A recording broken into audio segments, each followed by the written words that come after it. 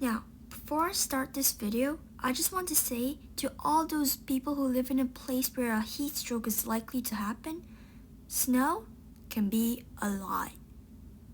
I grew up in a place where we wore shorts for Christmas, but at one point of my life, I had to move to Canada.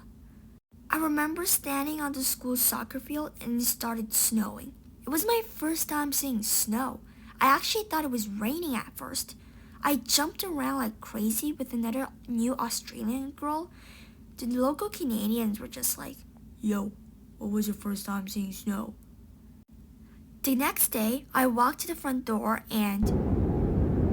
Okay, it was a bit exaggerating, since almost every house in Canada had stairs to prevent that from happening. We also had to change in the locker room. We wore a lot of clothes. I was always last, but the Australian kid. It snowed a lot. At one point, I finally decided to try skiing. I was with one of my friends and a coach. The coach taught us some basics and dragged us to the lane. She pushed us goodbye and we basically tumbled down the hill. But it was so nice. We had hot chocolate to drink and a fun snowball fight that I enjoyed.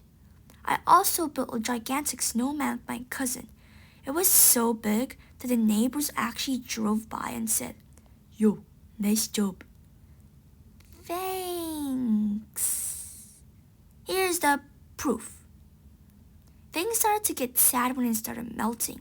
You would step into a pile of what seemed to be puffy snow and later discover that it was melted ice at the bottom. Drying boots is the worst thing. The snowman died, and watching the snow melt bit by bit was just so depressing. Now, as you can see that the video is almost over, and I can go on and on and on and on and on. I can talk about how we made slides out of piles of snow, and how I built a skating rink in my front yard. I used a lot of water. So I have to stop this video here since it'd be an hour long instead. Pancakes!